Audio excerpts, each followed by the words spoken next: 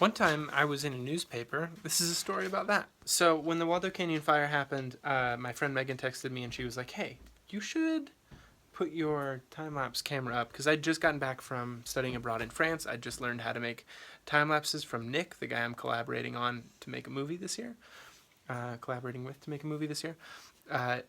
And I had been making time-lapses in Savannah a little bit, so my friend Megan, who'd seen me make some time-lapses, was like, hey, there's a fire going on. You should time-lapse it. And so I set up my camera and I left it running for 5 days, and I looked at the footage at the end of that, and I set it to music and put it on YouTube, not expecting a ton. And it just blew up. Everyone on Facebook shared it immediately, and it had 500,000 views in a day.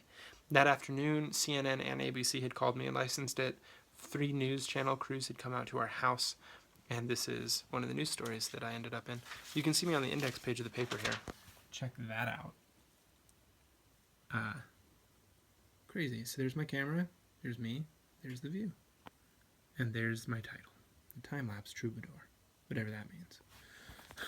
Amongst a bunch of other stories about fire, there's mine here called The Time-Lapse Troubadour, that is in defense of the time-lapse I made, because a lot of people had a lot of criticism for the time-lapse, thinking that I was making money from it, or, sensationalizing personal tragedies.